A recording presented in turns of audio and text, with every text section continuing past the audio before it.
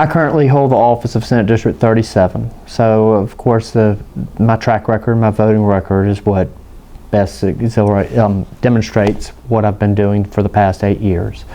I've served on the Senate Retirement Committee for all those years, and the past 4 as the chairman of the Senate Retirement Committee.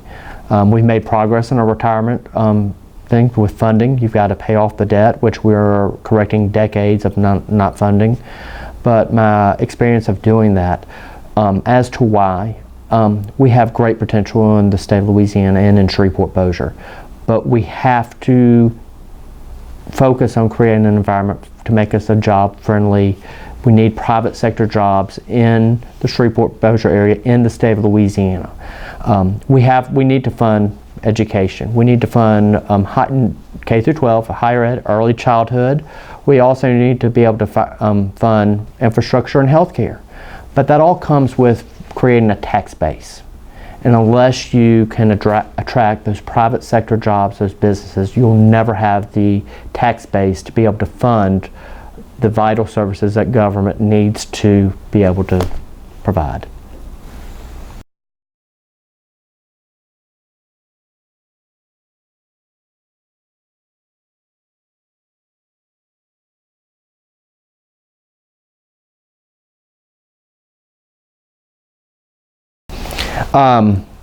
First, I consider the gate to Barksdale are basically in progress, so it is a vital important, but going forward, the ones that need to be completed, of course, the Jimmy Davis Bridge, which there is $24 million in capital outlay funding for the state's portion of the Jimmy Davis Bridge. That should be able to be used with a federal match to complete a new Jimmy Davis Bridge.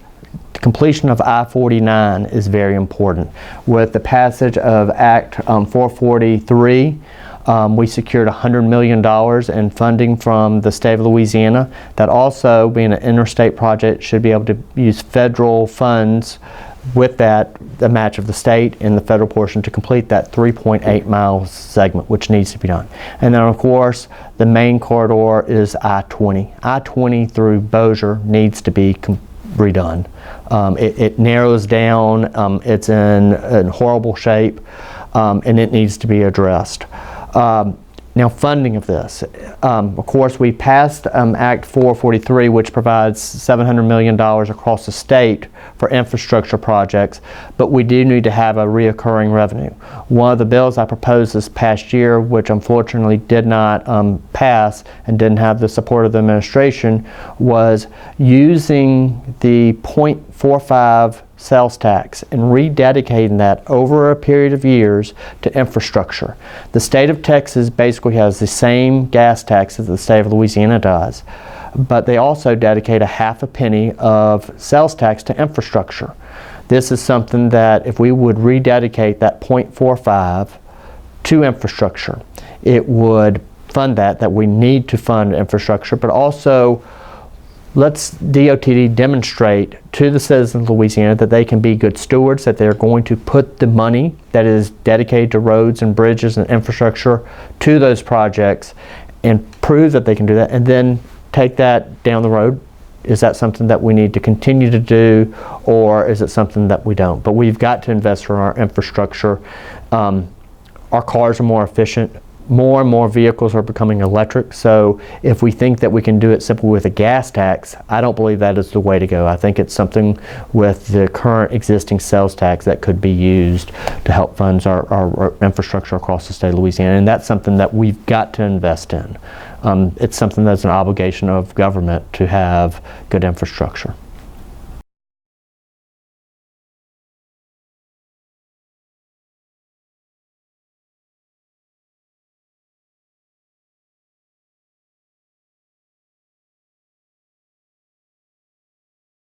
Currently, I, of course, was on the amendment to direct that money towards I-49, along with my colleagues, Senator Gaddy, Senator Milkovich, and Senator Tarver. So it was the Northwest delegation all saw the benefit of that. We now have to push to get a record of decision. I am currently in conversations with Congressman Johnson and his office. I have a meeting scheduled with Senator Cassidy to inform him, and I've also had conversations with Senator Kennedy's office of what we need to do to make sure that the federal highways part is there and that the state DOTD is there. One of the things that always was said was, well, we don't have to worry about this until the legislature can come up with some money. Well, we've done that. We have put the $100 million there. Now we need to get NLCOG, which is our North Louisiana Council of Governments, to finalize the record of decision. And we've got to have that in order to be ready to go for the federal fundings. And we've got to move on all of our infrastructure projects a whole lot faster. The study, it's good to study, but you need to do it a whole lot quicker than having it being done over years and years and years. The same thing goes for the Jimmy Davis Bridge. It has taken far too long to study, to produce big old binders. Now, I know we have to do that to get the federal funding, but we've got to move quicker as a state. And when other states can move quicker, I have to say that there's a problem with our state in working with federal highways to complete it.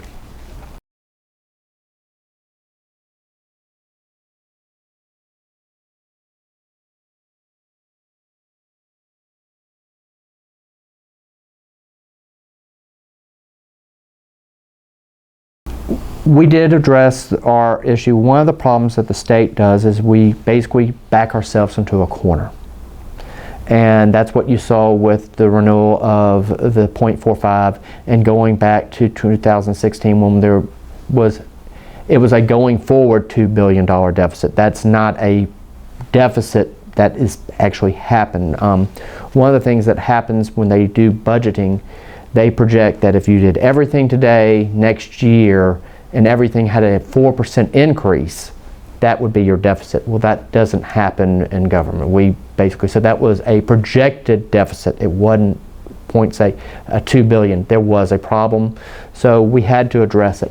One of the issues that I'm concerned with is with the 0.45, if we don't do some structuring, if we become dependent on that more so, at the end of now 6 years out, we have another cliff that happens.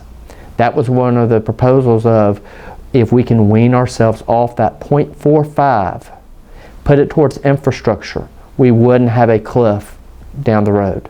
Now, if we don't do something, we are going to have a problem down the road of a cliff that's going to affect education, healthcare, all of government again, that we don't need to be in there. We've got to readdress our tax structure. We've got to be competitive. One of the proposals was several years ago, the Tax Foundation came forward with a proposal of restructuring, making it more transparent. Right now, we have a tax base for corporate at 864, but then you have all these deductions. Same thing with individual, 6, 4, and 2. You could simplify it by compressing those rates down, but taking away some of the deductions. When you propose that, though, and it's been proposed in the past, it needs to be tax neutral. When it was proposed several years ago to do that in a concept, it was a $200 million increase on corporate taxes to business. Those are our private sector jobs. That's what we need here to attract more people to Louisiana. So do it in a way that's truly tax neutral, that works and makes us more competitive on an initial look. A lot of people who look at it say, well, our tax rate is 6%, but then you get the deduction for your federal income tax paid. And that's something that a lot of people don't realize. So instead of having a 6%, let's lower that to a 4.5% or 4%, whatever the number, but have it done in a revenue neutral way that our citizens are not taken advantage of and they're paying more money out of pocket. Because when you do that, they've lost the trust again of state government.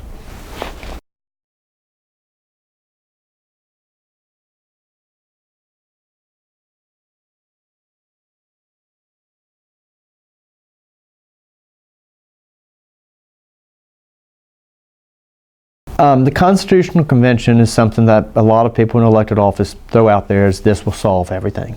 I think the devil's in the detail. What do you want to solve?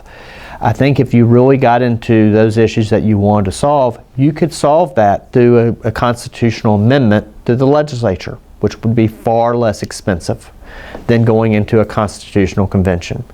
I think one of the things that sounds good, but then once you get into the constitutional convention, if you start addressing things sort of as a homestead exemption, if you start addressing things that are in our Constitution, such as right now we're limited on how high our income tax brackets can be because of our Constitution. If you take some of those safeguards away through a constitutional convention and not state that up front, then I think you would spend a lot of money on a constitutional convention and it would fail when it went to the voters for approval. So I believe that those changes that really need to be made, and I'm not saying that don't do them through amend the Constitution through the legislature. Try to do that. If you go into a constitutional convention, then all that information of what you want to do needs to be put out on the table, and the details of how is it going to be structured. Is it going to be structured with a citizen constitute, or is it going to be legislators? How do you keep it from being a lobbyist frenzy on a big scale? In 1973, when the Constitution was passed, it was a lot of push in there, and it was very touchy whether it was going to, they were able to get a constitution together to pass. It needed to be done. We went from over 200 agencies down to 20. There's something that we need to address, but I'm not 100% sure that a constitutional convention is needed. I think you can do it through legislative act, and by doing that, you're giving the citizens a whole lot more details up front than having a convention and then saying, oh, these are the details after you've spent millions of dollars. And when they say it wouldn't cost that much, a constitutional convention is like the legislature going in. It currently costs over $60,000 a day for the legislature to convene. I think with a constitutional convention, you would probably have those same things, especially if it lasted a period of a year or so.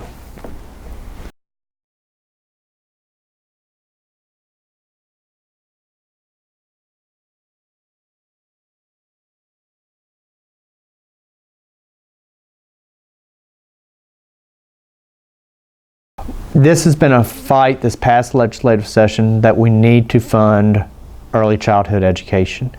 And it is very important. Having 3 sons, I've seen the benefit of having them ready for kindergarten and doing that. It's also something that our families, our working families, need to have early childhood education there, so they know their children are being taken care of and that they can be productive taxpayers of our citizens.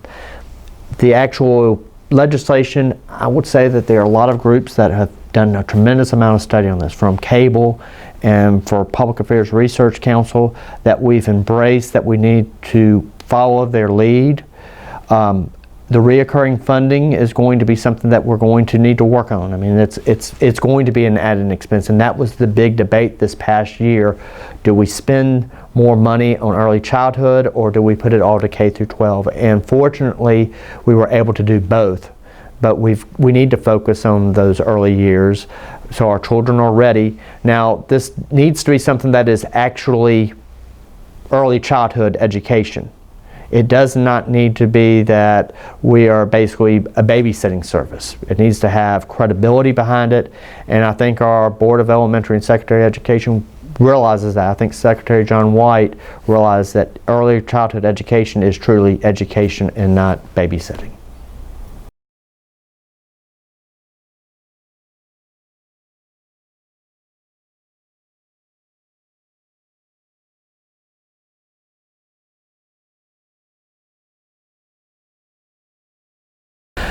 We need to engage more with the business community. K through 12, I think we have made tremendous strides. Our graduation rates are up in the state of Louisiana. It takes time, but we are making progress. Our accountability programs are moving in the right direction. We need to have accountability, especially for Shreveport-Bossier. We have Barksdale Air Force Base in our community. When military families are moving to Shreveport-Bossier, the families look and see, how are the schools in the district? They want to be able to have something to be able to look and say, is that school as good as what the school is where they're coming from? We've put that accountability in place, and we're making strides. When we have raised those standards, you've seen our schools go to those goals and they're meeting them. I'm thrilled to see how well Airline has done, how well Parkway has done, how well Halton has done, how well Captain Shreve has done. Bossier High School has improved, Byrd High School, and Caddo Magna High, all those are in my district. Those schools have really improved, but also on the K through the lower K through 5 usually, and then the middle schools. All that accountability needs to be there. We have to continue to hit those strides of saying we want our children to have those basic skills, because one thing that we know is whatever you start doing when you first get out of school, you probably will not be doing that down the road. You've got to be able to educate yourself. So get those basics of reading and writing and arithmetic so you can do that. Now, when you get into our higher ed, our community college are there needs to be that connection, dual enrollment. When students are in high school, if they've got that senior year that they got an extra hour, work on a dual enrollment class that you can get credit for in the Bossier Parish Community College or Louisiana Tech or LSU or wherever they go. That's very important that we continue to. I think our higher ed has seen the thing. I think Jim Henderson, when he was at Bossier Parish Community College, understood working with the businesses that are coming here. I think you still see that with Rick Bateman, working with General Dynamics, what needs to be there. Jim Henderson with the university, and I think you see King Alexander and LSU reading those too. So that's important. You know, one of the things that we need to realize in our community is we have the 4th largest nursing school in the country with Northwestern here. Now it's here in Natchitoches, but that's a resource and we need to be very proud of it, and we have a lot to be proud of where we've come from and where we're going, but we have to continue to make improvements on all levels of education.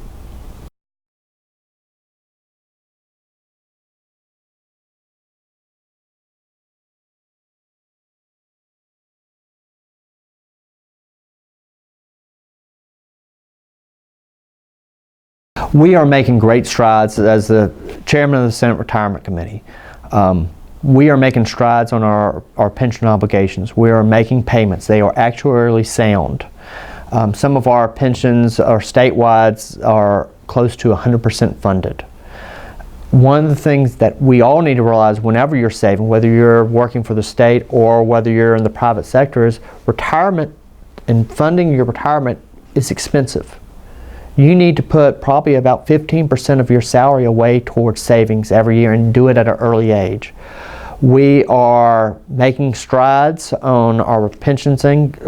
We have 4 state systems that are constitutionally guaranteed, and then the statewide systems are backed by the taxpayers of the parishes and the cities. Do changes need to be made? Yes, but only going forward. You make it for new hires coming in. 2 years ago, I made a proposal working with Lasers, which is the state employees retirement system, to do a hybrid retirement plan. With the data that Lasers was receiving, they were learning that a lot of employees who were coming were not staying even 5 years to be vested in a retirement system. And when they left, they pulled all their funds out and they had nothing saved for those years of working. The hybrid plan would basically still have a portion of a defined benefit, but would give them the benefit of a growth of the market. It would also reduce the liabilities to the state of Louisiana, to the taxpayers.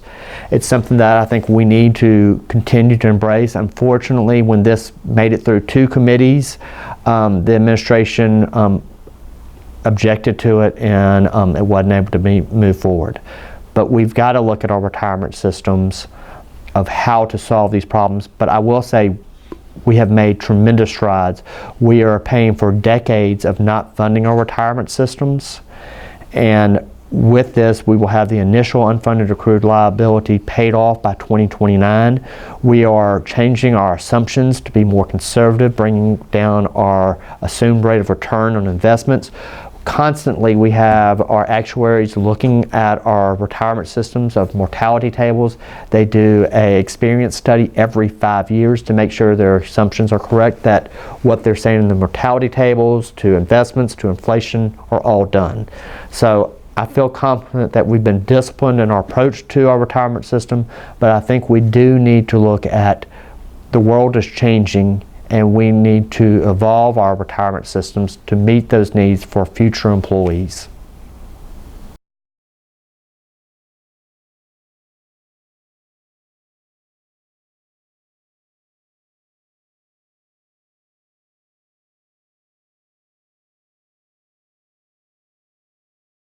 First, we have to look at our tax structure. We have to have a competitive tax structure.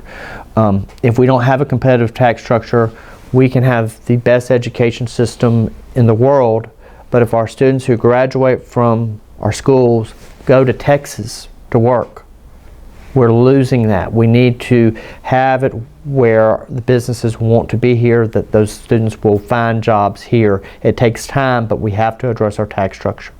We do need to continue to invest in our education system. We need to have accountability. Not just, we have a good accountability level at K through 12, but we need to also look at higher ed and say, you know, our community colleges are addressing what are the needs, but on a bigger scale, our traditional four-year universities, are they really going after those goals and directing those students that with this degree, are you going to be able to find a job that you're able to support yourself? So we have to, and then our infrastructure. You know, these are the basic things. We need to have good roads. So our citizens' commerce, it goes with our tax structure. If we're not easy to get around, we don't want to have gridlock. We are fortunate that we have a good infrastructure structure here in the Shreveport-Bossier, but we need to connect with the rest of the world. We need to finish I-49.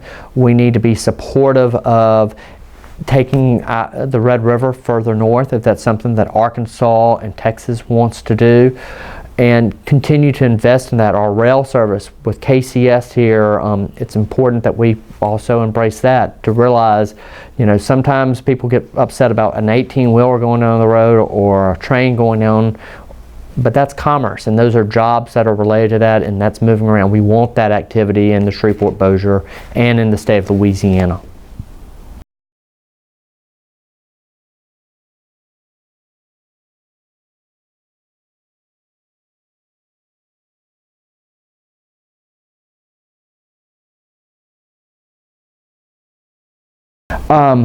We've talked about retirement. We definitely need to continue to be disciplined on our retirement systems and make investments. We need to invest in roads and bridges. We do need to find a source of funding for our infrastructure. We do need to look at our tax structure. We in Louisiana need to realize that whether you're paying the tax or not directly, we all are paying for it. You might say that I'm not paying the tax, you're taxing. Well, you're paying it when your children have to leave Louisiana to find a job. So we need to make sure that we have a tax structure that attracts those businesses that's low, providing the service, and we need trust in our government. We need to know that what our legislators are doing, what our governor is doing, is transparent. Sometimes I feel like that we don't really have that transparency, even from the legislature's standpoint. There's times that they'll say, well, you can only review it, but you don't have a say on it, legislature. It's the governor's office doing it. I think that's something that we need to always have more input and more buy-in from the legislature on issues addressing our state. We all need to participate in voting and talking to our legislators, not only locally. I've been contacted over our office over 24,000 times over the past 8 years. We've kept tabs on who's done. It's amazing how many people have contacted us, not just from Shreveport-Bossier, but across the state of Louisiana. We here in Shreveport-Bossier do need to contact my office and your state representative, but also contact legislators and the governors across the whole state of Louisiana. Let them know what's important to Shreveport-Bossier. We need to also realize that we have to work together in our region. I need to work with the senators and representatives across the I-20 corridor. 8 years ago, people would say, well, go down there and fight. Well, you need to stand up for our community, and I absolutely have. But we also have to find a level of cooperation, because if I don't get 20 votes, I can't get a bill passed. And the same thing in the House of Representatives. We have to find that common ground to be able to move that ball forward. We don't want the perfect being the enemy of the good. If we're making progress, let's keep moving forward and make that progress for our state of Louisiana. And I think we've done that, but I do think we do need a type of reset in our state on transparency, on our tax structure, on investing in the basic needs of health care and education and infrastructure. Healthcare is extremely important, and I think this past 5 years we really have had a struggle here in the Shreveport-Bossier community with our medical center. Now that hopefully we've got that moving in the right direction, we need to see the growth of our medical center in our community.